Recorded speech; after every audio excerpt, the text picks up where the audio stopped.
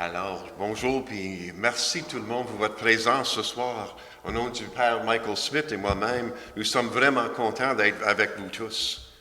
On vous remercie pour nous avoir accueillis ici ce soir. Merci Père Réal aussi d'être ici avec nous autres, ici à la paroisse Saint-Jean-Baptiste. Moi, je suis le diacre Adrien Chaput, je suis un diacre permanent avec le diocèse et je travaille aussi pour notre évêque au bureau de la formation de la foi pour la diocèse. Durant l'année, notre comité de la formation dans la foi se réunit pour discuter des journées de formation et des journées spirituelles pour notre communauté francophone. Durant le mois de mai, on a fait des présentations chaque jeudi dans une région du diocèse. La première était à Fort-Coulonge à la paroisse Saint-Pierre. La deuxième était à la paroisse Sainte-Anne à Mattawa. Et la semaine dernière, on est allé à la paroisse Sainte-Thérèse à Témiscamingue et ici maintenant à la paroisse Saint-Jean-Baptiste. Ce soir, nous avons une présentation spéciale, la messe expliquée. La messe catholique est la source et le sommet de notre foi, où le sacrifice de Jésus-Christ sur la croix est rendu présent. Il est essentiel pour nous tous d'être nourris spirituellement par la parole de Dieu et par l'Eucharistie. Saint Padre Pio a dit une fois que le monde pourrait exister plus facilement sans le soleil que sans la messe. Le curé d'Ars, Saint Jean Vianney, a dit que si nous connaissons la valeur de la messe, que nous mourions de joie. Ce soir, nous sommes heureux d'avoir le Père Michael Smith partager avec nous un temps spécial en expliquant l'importance de la messe catholique. Avant de faire une introduction de Père Michael, est-ce qu'on pourrait prendre un temps ensemble pour prier? Au nom du Père et du Fils et du Saint-Esprit. Amen. Seigneur, envoie ton Saint-Esprit sur nous, alors que nous préparons à explorer le mystère du saint-sacrifice de la messe. Éclaire nos esprits pour comprendre le grand don de l'Eucharistie et ouvre nos cœurs pour apprécier l'amour que le Christ montre sur l'autel. Éloigne toute distraction afin que nous puissions nous concentrer sur ta parole et sur les actions sacrées de la liturgie.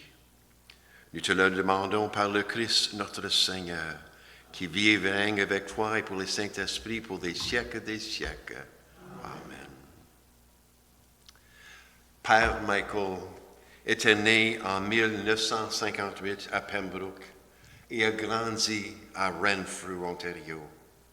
Ordonné prêtre en 1984 par Monseigneur Joseph Windle, a fait son stage pastoral à Mattawa en 1983. Comme prêtre, il a déjà servi les paroisses de Fort-Coulonge, Témiscamingue, Saint-Jean-Baptiste de Pembroke. Il est actuellement curé de Fort-Coulonge, Walton, Vinton et Otter Lake. Il a enseigné pendant plusieurs années au grand séminaire St. Peter's de London, en Ontario. De retour au diocèse, il a aussi aidé avec l'administration du diocèse comme chancelier et ensuite comme vicaire général. Aide-moi de souhaiter la bienvenue à la Père Michael ici à la paroisse Saint-Jean-Baptiste. Bienvenue, Père. C'est un grand plaisir pour moi d'être ici parmi vous ce soir. Cette tournée que je fais dans le diocèse, c'est une tournée de toutes les paroisses auxquelles j'ai été nommé. Mattawa, Témiscamingue, Fort-Coulonge et Saint-Jean-Baptiste. Alors, je rencontre des gens que je connais depuis longtemps. Alors, c'est une expérience merveilleuse pour moi. Et je profite de cette occasion pour souhaiter la bienvenue à toutes les personnes qui visionnent cette présentation sur Internet. Ce n'est pas en direct, mais le Père Ouellette est en train d'enregistrer la présentation. et il y a d'autres qui vont pouvoir visionner la présentation sur le site Internet du diocèse et je crois que sur le canal YouTube, au canal YouTube du diocèse. Alors, bienvenue à tous et à toutes. Une chose que je vais dire d'abord, c'est quelque chose que j'ai dit à tous mes étudiants, toutes mes étudiantes à la première classe de chaque année, c'est que comme j'ai un handicap visuel, ça ne donne rien de lever la main si vous avez une question. Si vous avez une question, juste parlez comme ça, interrompez-moi, ça ne me dérange pas d'être interrompu. Et j'aime beaucoup avoir des questions. Alors, n'hésitez pas, soyez pas gênés. Mais ceux et celles qui nous écoutent à la maison, ça ne vaut pas la peine, mais en tout cas, alors gênez-vous pas. J'aime ça, essayer de répondre aux questions. Si je ne connais pas les réponses, je sais où trouver la réponse et je pourrai revenir sur le sujet par courriel ou quelque chose comme ça. Alors, ce soir, ce n'est pas une messe. Je ne célèbre pas la messe ce soir, mais je vais passer à travers les différents gestes de la messe, les parties de la messe, et je vais essayer d'expliquer la signification de chaque partie de la messe, parce que mieux on comprend les mystères de la foi, mieux on a, plus on aime le Seigneur et tout ce qui porte sur le Seigneur. C'est pour susciter en nous tous et toutes un plus grand amour pour Jésus Eucharistie. Bon, la messe commence par la procession d'entrée. Alors, au cours de la messe, il y a 3 processions. La procession d'entrée, la procession des offrandes et la procession de la communion. Alors vous allez remarquer qu'il n'y a pas officiellement de procession de sortie. Alors, je vais toucher sur ce point à la fin de la présentation.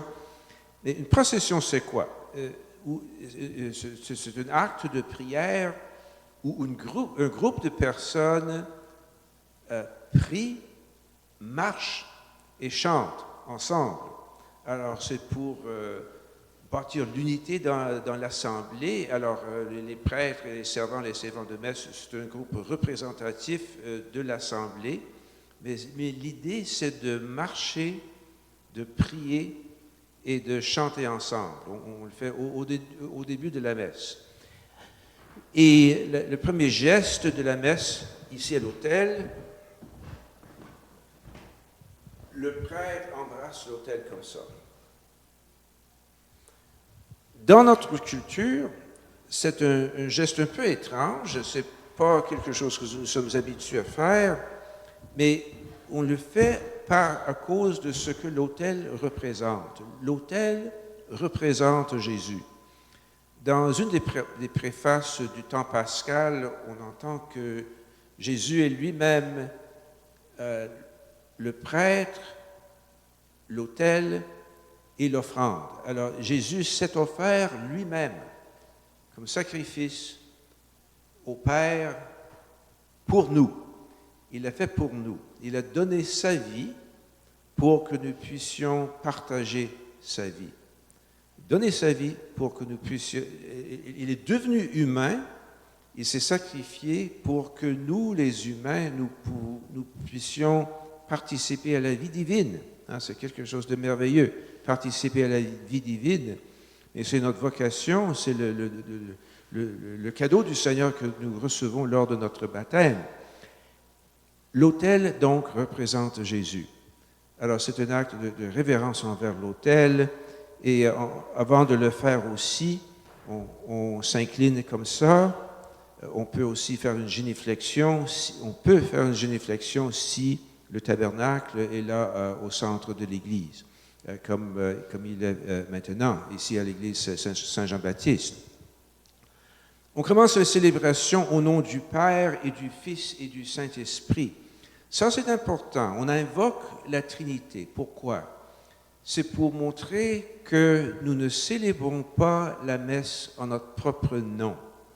Ce n'est pas tout simplement une initiative humaine. La messe n'est certainement pas une invention humaine. C'est C'est le point culminant de la prière chrétienne, quelque chose que le Seigneur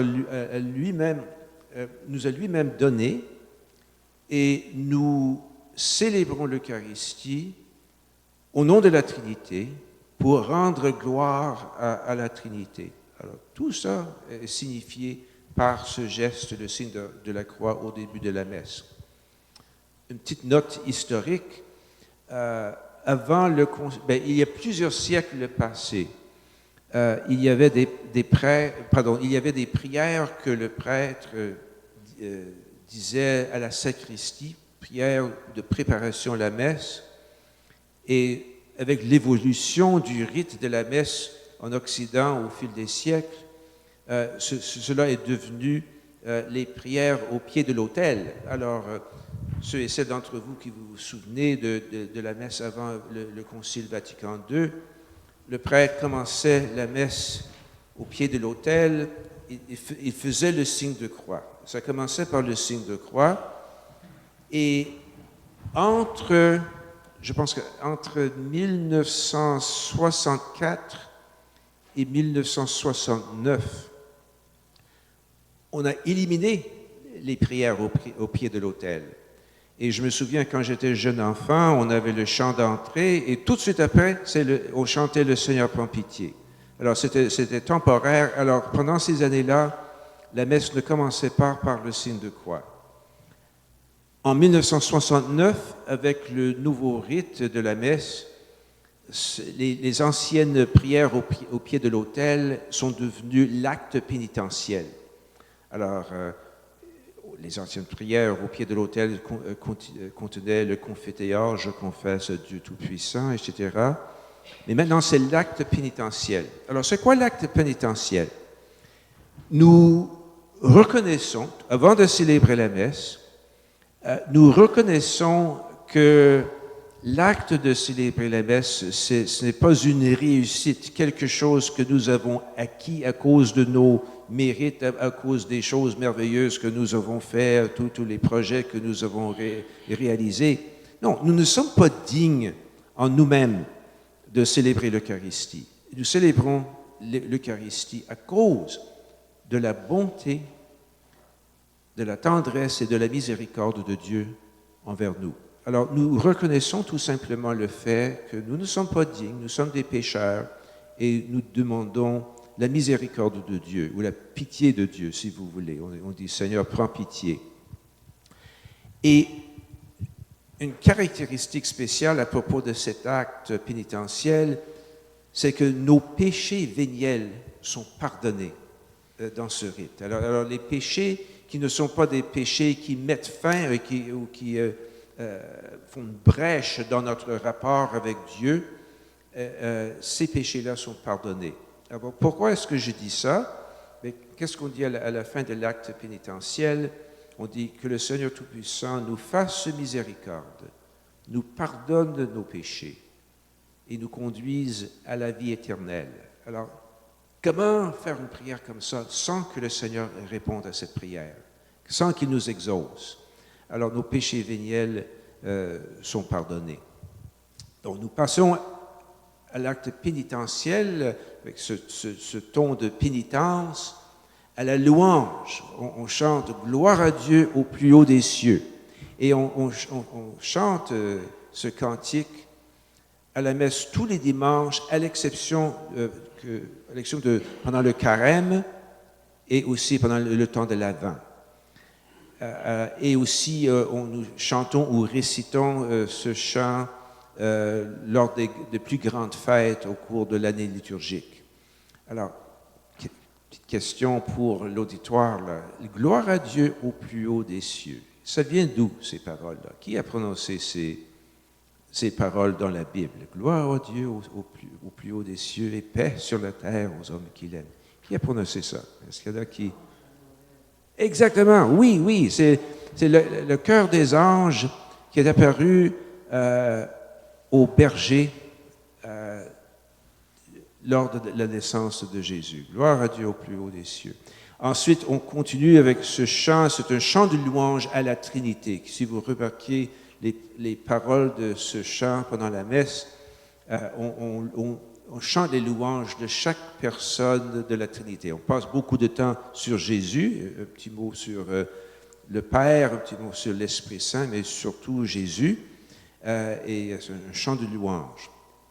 Après le Gloria, c'est-à-dire Gloria, gloire à Dieu, il y a la prière d'ouverture. Juste après avoir dit « Prions le Seigneur », il y a un petit moment de silence. Et je mets l'accent ici sur les moments de silence pendant la messe, parce qu'il y en a plusieurs. Et ça fait partie du rituel d'avoir des petits moments de silence. Alors, si je disais la messe à toute vitesse, sans jamais m'arrêter, oui, les paroles sont belles, mais c'est un acte de prière. Et la prière, c'est la parole, mais aussi c'est l'écoute. Alors, on se recueille pendant quelques instants. Ensuite, il y a la prière d'ouverture. Et un autre mot pour la prière d'ouverture, c'est collecte. On appelle ça le collecte. C'est-à-dire, on collectionne, on rassemble les prières individuelles des membres de la communauté pour en faire une seule prière à Dieu le Père. Alors, nous prions unis, nos prières, nos intentions individuelles, nos réflexions individuelles sont tous et toutes réunies dans cette prière. Et la prière porte normalement sur le thème de la saison. On vient tout juste de finir le temps de Pâques. Alors, les prières d'ouverture portaient presque toujours sur la résurrection et sur l'effet de la résurrection dans notre âme, dans notre vie.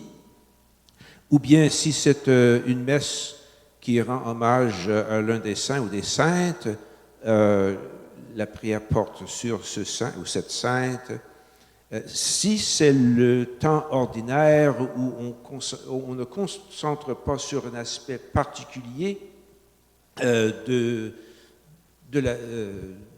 mystère de notre salut, mais sur la vie de Jésus en entier, sa mort, sa résurrection, ça peut être un thème plus général pendant le temps ordinaire.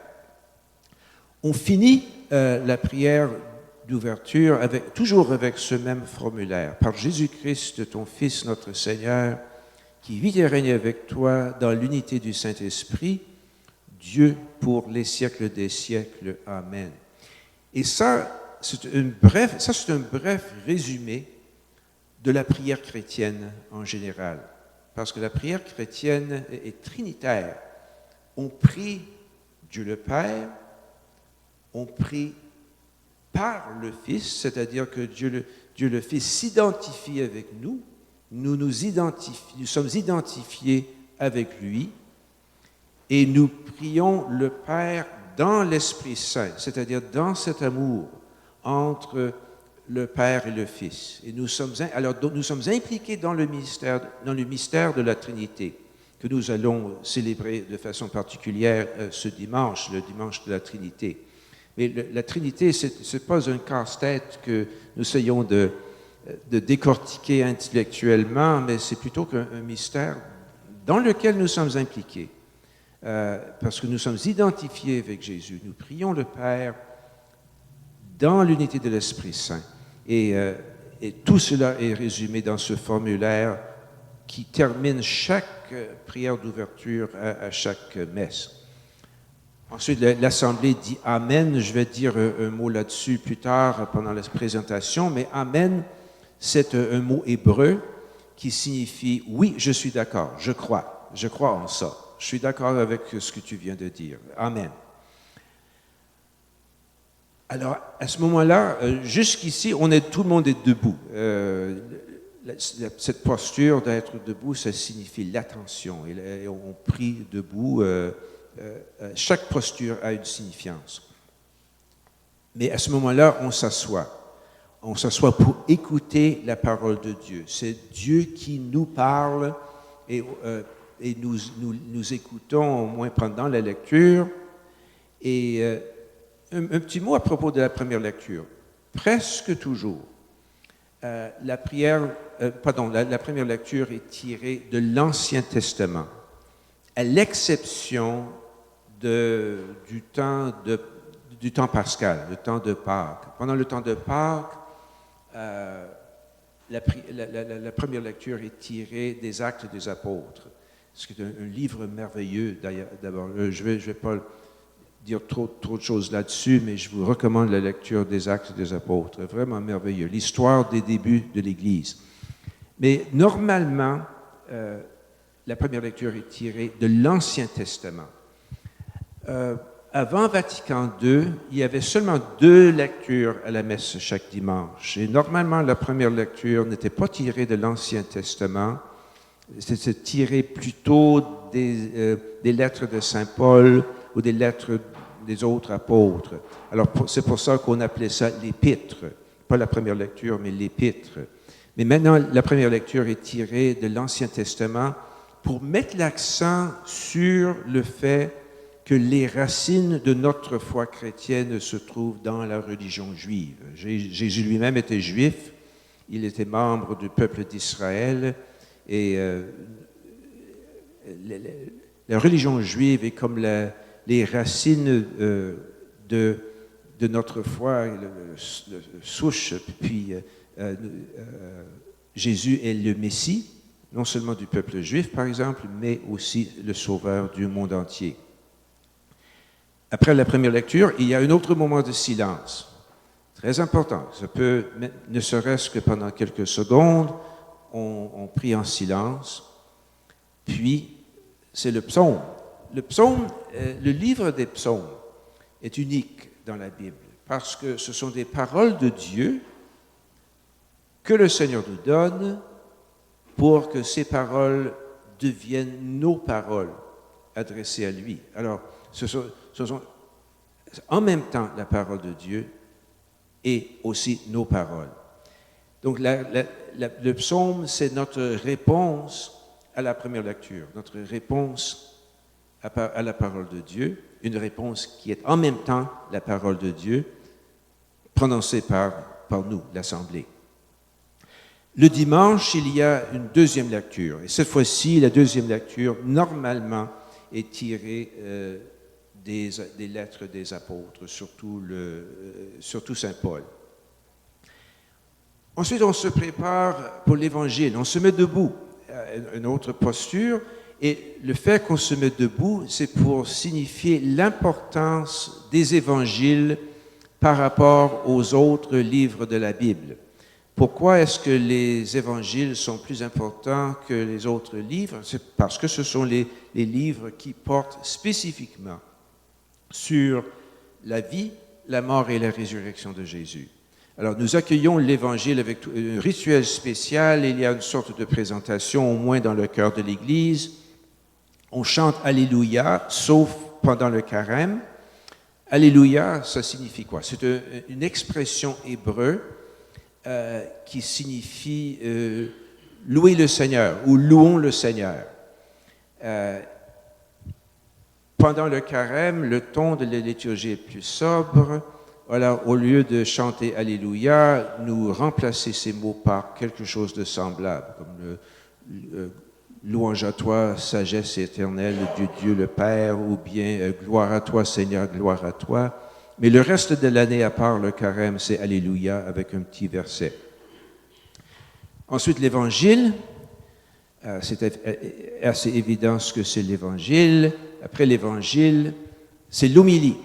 Alors, encore une petite note historique. Avant Vatican II, on n'utilisait pas si souvent l'expression homélie, on disait le sermon. Alors, le sermon pouvait être une conférence sur n'importe quel sujet religieux. Alors, il pouvait y avoir une série de sermons sur les commandements, une série de sermons sur les sacrements. Alors, les prêtres avaient leur manuel de sermons où ça pouvait être sur un événement d'actualité, ou bien quelque chose de local, quelque chose qui se passe à l'hôtel, à l'autre bord de la rue où il y a des problèmes et le prêtre parlait dessus. Les sermons pouvaient être sur n'importe quelle sorte de choses. Mais des homélies, une homélie. L'homélie a des racines très anciennes. Si on lit les pères de l'Église, comme Saint Augustin et beaucoup d'autres pères plus anciens que lui, leur prédication était en forme d'homélie. Alors, qu'est-ce qu'ils faisaient? Ils lisaient un extrait de la Bible, peut-être quelques versets, puis ensuite ils expliquaient ces versets. Et ils essayaient d'appliquer ces versets à la vie quotidienne des gens qui étaient là dans l'Église. Et les pères conciliaires à Vatican II ont encouragé les évêques et les prêtres et les diacres de prêcher les homélies. Alors, il faut que les homélies soient basées... Oh, est-ce que j'ai entendu une question? C'est juste mon écho ou quoi? OK. Alors, les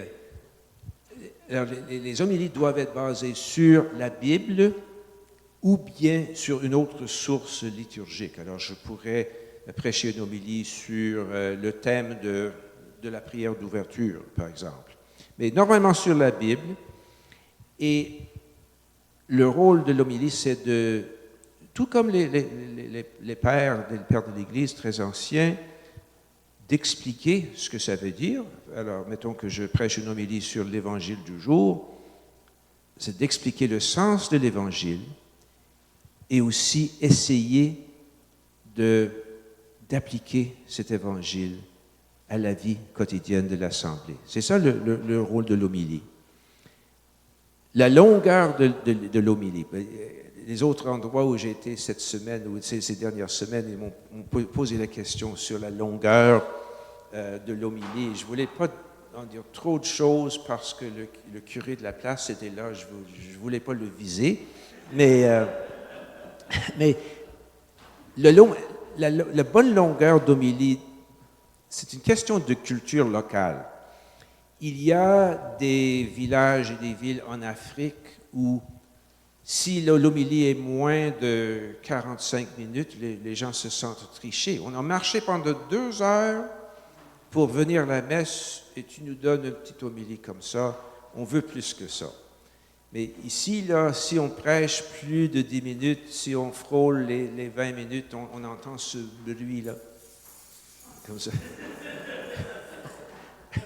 Je connaissais un prêtre, je ne vais pas le nommer, mais il disait, j'entends ces clés à un moment donné, et puis la personne qui est la pire pour faire ça, c'est ma mère. Il dit, mais en tout cas, mais normalement, en Amérique du Nord, entre 7 et 10 minutes, là.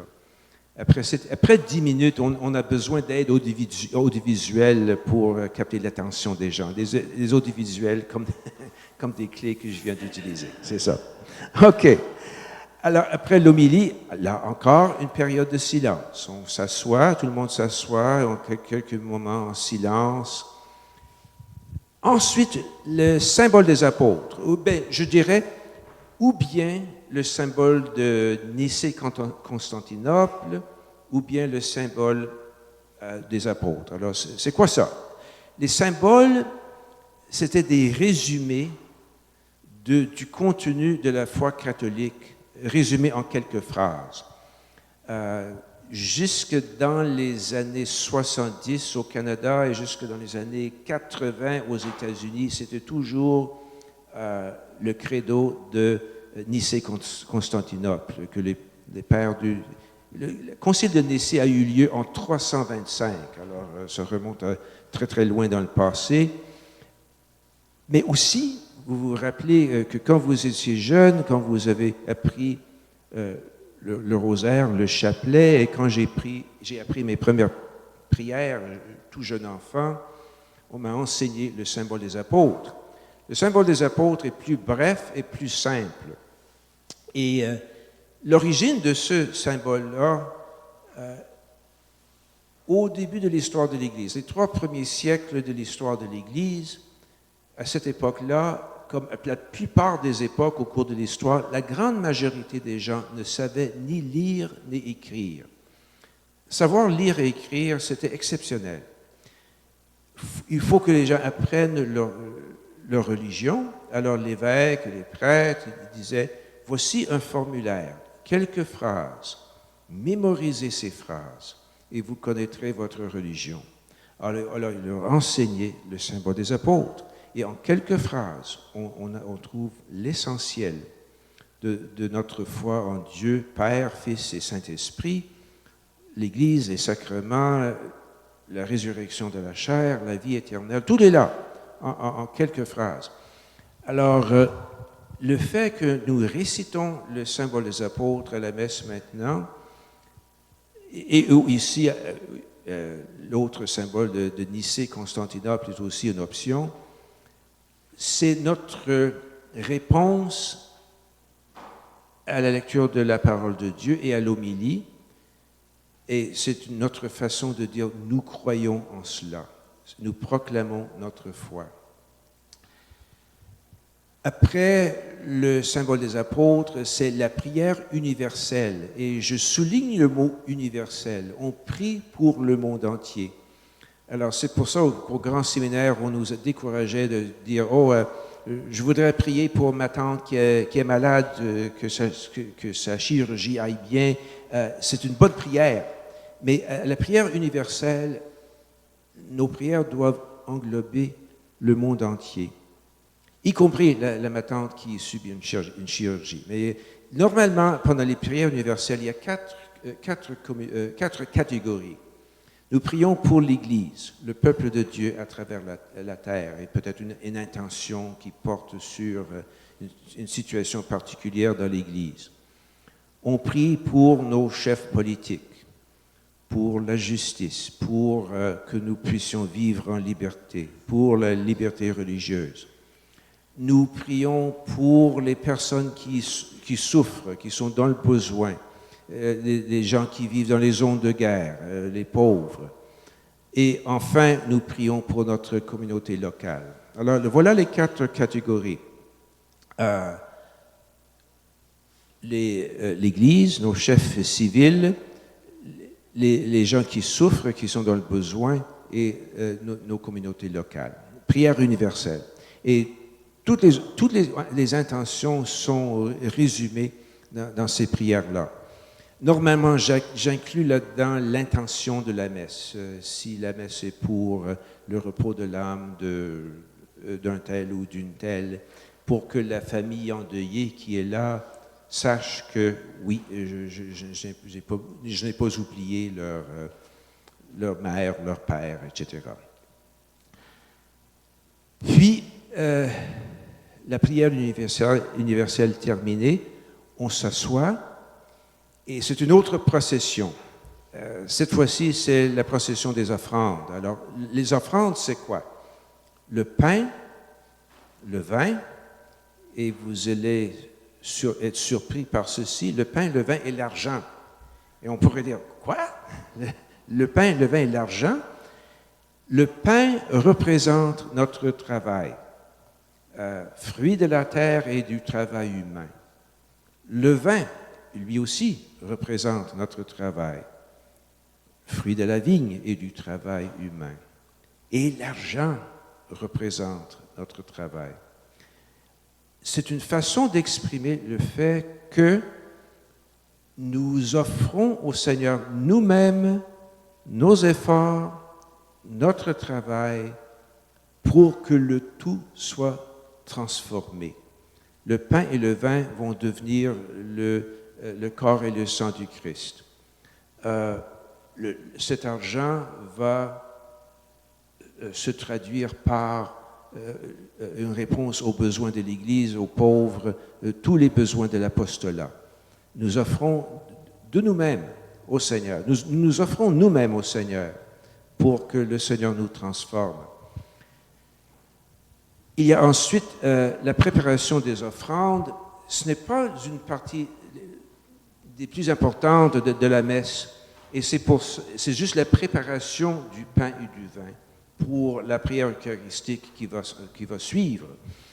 C'est pour ça que ces prières-là peuvent être dites soit à haute voix, ou bien le prêtre peut les chuchoter, et on peut continuer le chant d'offertoire ou une pièce musicale,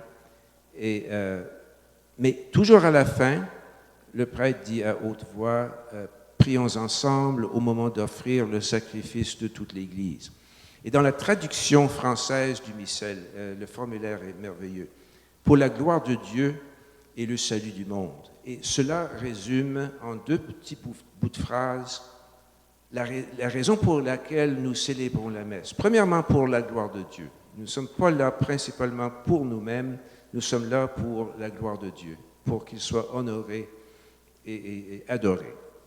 Mais aussi pour le salut du monde. Nous prions pour le salut du monde entier. Pour le salut du monde entier. Si on posait la question, c'est quoi la volonté de Dieu? Qu'est-ce que ça signifie la volonté de Dieu? Est-ce qu'on peut résumer la volonté de Dieu en une seule phrase? La volonté de Dieu, c'est le salut du monde. Et il offre ce salut à tous et à toutes. Nous célébrons la messe pour le salut du monde. Ensuite, il y a la prière sur les offrandes. Et normalement, le thème de cette prière est toujours le même, pour que ce pain et ce vin deviennent pour nous le corps et le sang de Jésus. C'est à peu près toujours le même thème. Puis, ce qui suit, c'est le point culminant de la messe. Je vais laisser l'autre micro parce qu'il y a un micro ici à l'autel. C'est la prière eucharistique. Le mot Eucharistie d'abord, c'est un mot grec, ça veut dire action de grâce, je rends grâce ou tout simplement merci. Pour les touristes qui voyagent en Grèce aujourd'hui, on apprend quelques mots grecs et le mot pour merci en grec aujourd'hui, c'est Eucharisto. Eucharisto, Eucharistie, même mot, changement de prononciation, mais le mot Eucharistie existe encore aujourd'hui dans la langue grecque pour dire merci. Okay, ça commence par le dialogue, élevons notre cœur, tournons vers le Seigneur. Ensuite, il y a la préface. La préface, c'est comme le mot suggère, c'est l'introduction de la prière eucharistique. Et l'introduction porte normalement sur la saison de l'année, l'Avent, Noël, le carême, le temps pascal, ou bien sur un autre thème, le saint ou la sainte du jour, la solennité ou la fête du jour. Et ça se termine par Saint, Saint, Saint, le Seigneur, Dieu de l'univers. Alors, je vais poser cette question, une question un peu plus difficile. Ça vient d'où dans la Bible? Est-ce que vous savez d'où ça vient, cette expression Saint, Saint, Saint, le Seigneur Dieu de l'univers? Est-ce que vous avez entendu ça? Est-ce que vous vous en souvenez? C'est une question difficile, je sais. C'est au début du livre d'Isaïe. Le prophète Isaïe reçoit sa vocation de prophète. Et il a une vision d'un ange, un ange qu'il appelle à être prophète, où le Seigneur lui-même, par la voix de l'ange, dit « Oh, j'ai besoin d'envoyer quelqu'un, qui est-ce que je vais envoyer ?» Et Isaïe dit « Me voici, envoie-moi. » Mais je ne suis pas digne, je suis un homme impur, de lèvres impures. C'est une expression qui signifie je suis un homme de péché, même ma bouche est coupable de péché. Alors l'ange fait quelque chose qui n'est vraiment pas beau. Il y a un feu, il prend une braise, un morceau de charbon brûlant, il touche les lèvres d'Isaïe. Il dit, voilà, tes lèvres sont purifiées. Autrement dit, tu es purifié, tes péchés sont pardonnés. Mais il y a cette vision des anges qui disent « Saint, Saint, Saint, Dieu de l'univers, le ciel et la terre sont remplis de ta gloire. » En tout cas, c'est un acte d'adoration de la majesté de Dieu. Mais tout de suite, il y a un autre verset. « Béni soit celui qui vient au nom du Seigneur. » Alors, ça peut être familier, ces mots-là. Qui a crié « Béni soit celui qui vient au nom du Seigneur et en quelle occasion est-ce qu'on l'a crié? Est-ce que vous le savez? Pardon? Pas tout à fait, pas tout à fait. C'est le dimanche des rameaux. Jésus entre dans Jérusalem assis sur un ânon et la foule autour de lui crie Hosanna, chant de louange, béni soit celui qui vient au nom du Seigneur. Alors on fait le trajet presque dans la même phrase, de la majesté de Dieu à Jésus, ce roi humble qui entre dans Jérusalem sur un ânon. Hein? Mais on met les deux ensemble. Merveilleux. Puis, on continue avec la prière eucharistique. Le prochain geste que vous allez remarquer, c'est quand le prêtre met les mains comme ça. Ça, c'est une partie très importante de la prière eucharistique. Le prêtre invoque l'Esprit Saint sur le pain et le vin. Ça, c'est important parce que ça signifie que ce ne sont pas les pouvoirs humains ou les capacités humaines du prêtre qui changent le pain et le vin dans le corps et le sang du Christ. C'est l'action de l'Esprit Saint, les paroles de Jésus prononcées sur ces éléments qui les transforment. C'est un acte de l'Esprit Saint.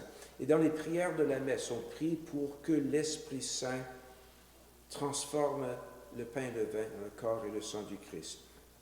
Alors, et ça se termine par le signe de croix, comme ça. Ensuite, le prêtre récite les paroles de Jésus à la dernière scène. C'est à la veille de sa mort. Jésus allait mourir le lendemain. Il le savait. Les autres apôtres, les autres disciples ne le savaient pas. Il y avait une atmosphère de tension incroyable dans la salle, dans le cénacle. Et c'était le repas de la Pâque juive.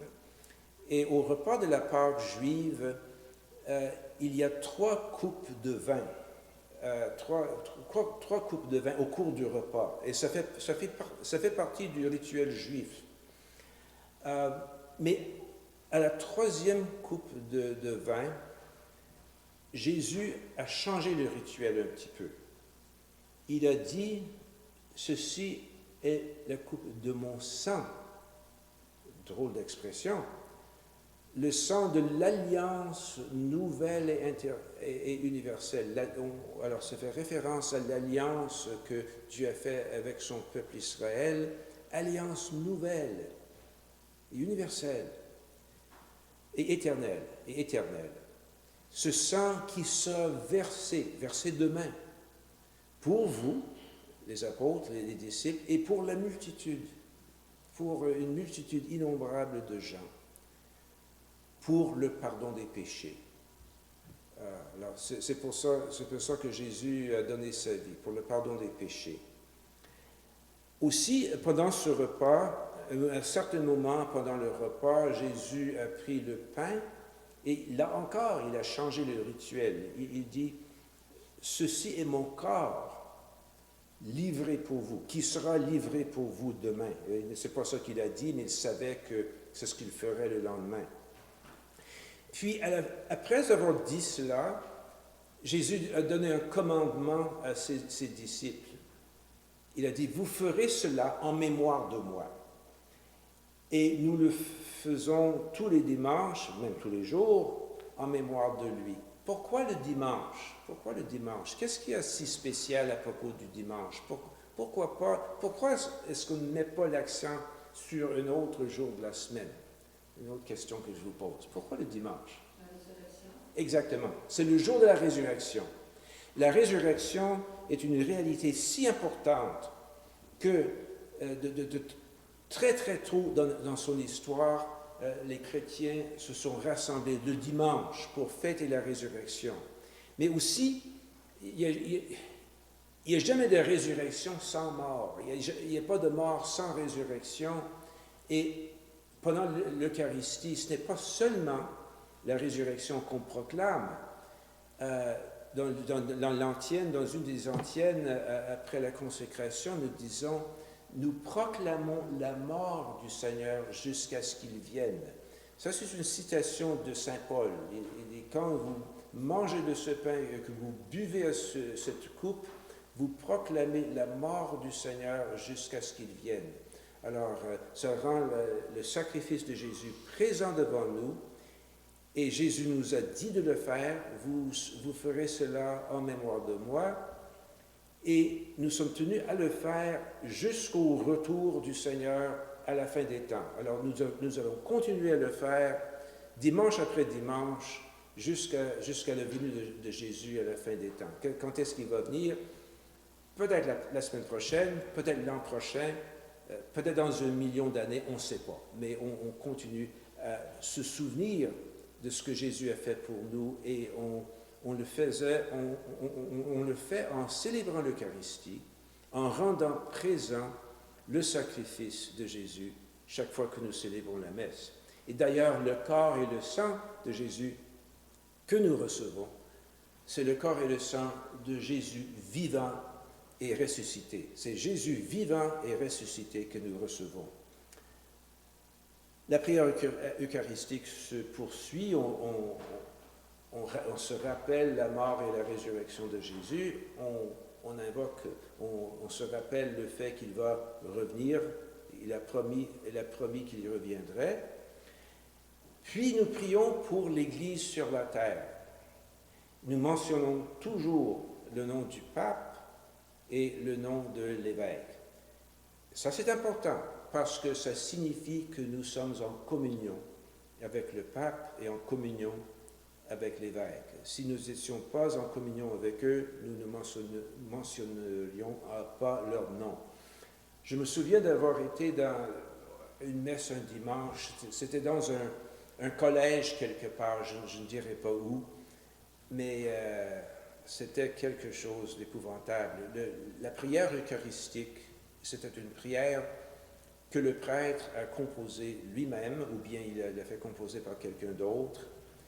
Il n'a pas mentionné le pape, il n'a pas mentionné l'évêque, et il avait passé son homélie à se plaindre du fait que l'évêque viendrait dans une semaine et ça dérangerait toute la routine de la communauté. Aïe, aïe, aïe. Je ne suis jamais retourné à cette place-là.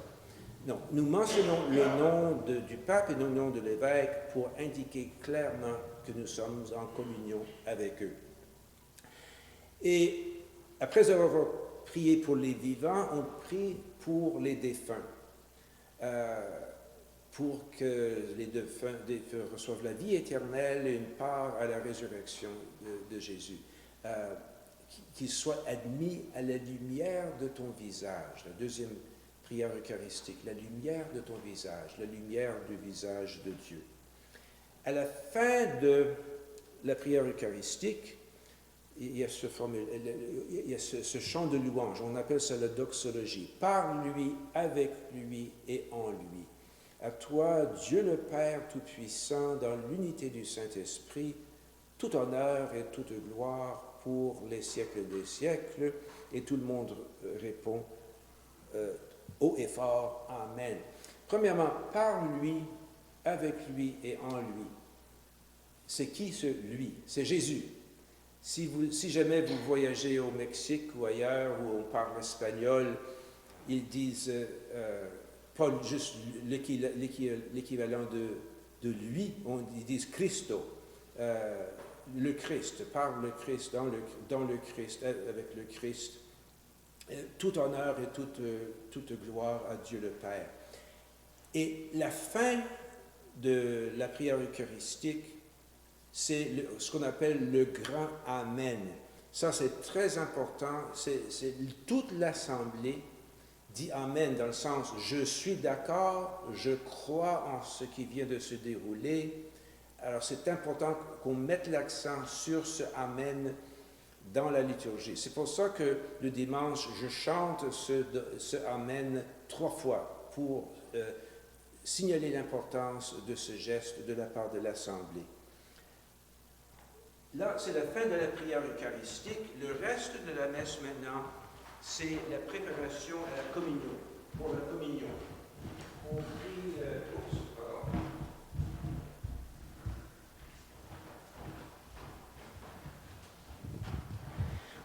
Oui, le reste de la messe, on se prépare à la communion, on prie la prière que Jésus nous a enseignée, le Notre Père. Dans la liturgie, on prie le Notre Père 3 fois par jour, dans la prière du matin, l'Eucharistie et la prière du soir. Et pendant le rituel du baptême, à la fin, on mentionne le fait que cet enfant qui est baptisé un jour, cet enfant sera là avec l'Assemblée.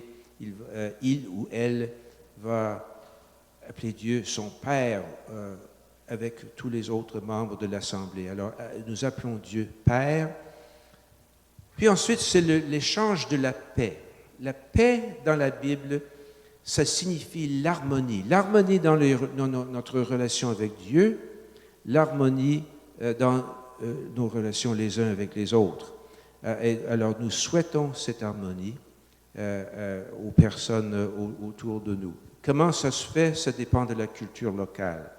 On se donne la main ou on s'incline. Dans quelques pays du monde, on fait comme ça, mais ça dépend de la culture. Puis, on se prépare pour recevoir la communion et il y a ce verset qu'on utilise. « Seigneur, je ne suis pas digne de te recevoir, mais dis seulement une parole et je serai guéri. » Vous allez voir ça, une version de cela dans l'Évangile. Il y a un centurion de l'armée romaine, un païen, et son serviteur est malade, au point de mourir. Et il veut que Jésus guérisse son serviteur. Et même un païen, il a la foi que Jésus peut guérir son serviteur. Mais il sait que si Jésus vient dans sa maison, Jésus sera alors impur rituellement. Il ne sera pas capable de participer à la liturgie juive pendant quelque temps. Alors, le centurion, dans sa foi, il dit, « Seigneur, tu n'as pas besoin d'entrer dans ma maison. Je ne suis pas digne que tu entres dans ma maison. Mais dis seulement une parole, juste une parole, et mon serviteur sera guéri. » Nous adaptons cette demande dans la prière de la Messe. « Seigneur, je ne suis pas digne que tu entres en moi, dans mon âme, ou sous mon toit, si vous voulez. Mais dis seulement une parole et mon âme sera guérie. Je serai guéri. » Alors nous adaptons cette parole du centurion. Puis une autre procession, cette fois-ci une procession de la communion, et on retourne à notre place, il y a un moment de méditation, un autre moment de silence après le chant de communion, puis la prière après la communion qui résume ce que nous venons de recevoir. Et normalement, c'est une prière comme quoi que les éléments que nous avons reçus, ces aliments que nous avons reçus, qu'ils portent fruit dans notre vie quotidienne. Normalement, c'est ce thème-là. À ce moment-là, juste avant la fin de la messe, on peut prendre une petite pause pour les annonces. On peut également faire les annonces après l'homélie. Il y a 2 pauses naturelles pendant la cérémonie. On peut faire des annonces. Puis ensuite, il y a l'envoi. On dit « Le Seigneur soit avec vous », comme on dit plusieurs fois pendant la messe. Et je devrais dire que le Seigneur soit avec vous, c'était la salutation habituelle des premiers chrétiens. Alors, au lieu de dire bonjour ou salut, il disait le Seigneur soit avec vous ou avec toi. Et la réponse est avec votre esprit ou avec ton esprit.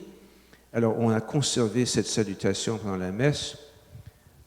Le prêtre bénit l'assemblée, il bénit toutes les personnes présentes. Puis, il y a l'envoi. Il y a plusieurs façon d'envoyer. On peut dire aller dans la paix du Christ. On peut dire aller en paix, glorifiant Dieu par votre vie. Ou il y a ma préférée, c'est aller porter l'évangile du Seigneur.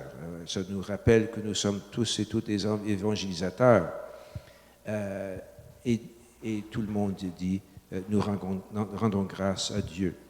le prêtre répète le geste de saluer l'autel, il s'incline, il embrasse l'autel, et c'est là que la messe s'est terminée. Alors, on peut avoir un chant de sortie, c'est pas nécessaire, on peut avoir une pièce musicale, quelque chose à jouer à l'orgue, on peut chanter, mais il n'y a pas officiellement une procession de sortie. Okay? Alors, c'est comme ça que la messe se termine. On est toujours encouragé à prier personnellement avant la messe et de faire une action de grâce personnelle après la messe. Et c'est ça la célébration de l'Eucharistie. À la fin de la messe, nous sommes envoyés dans le monde pour incarner l'amour du Christ, pour être le corps du Christ que nous avons reçu pendant la messe. Merci beaucoup tout le monde. J'ai beaucoup apprécié votre présence. Vous avez des horaires avec toutes sortes de choses, j'en suis sûr. J'ai apprécié votre présence, mais aussi votre participation. Et d'ailleurs, c'est merveilleux de vous revoir. Vous êtes de vieux amis. Pas des amis vieux, mais des vieux amis.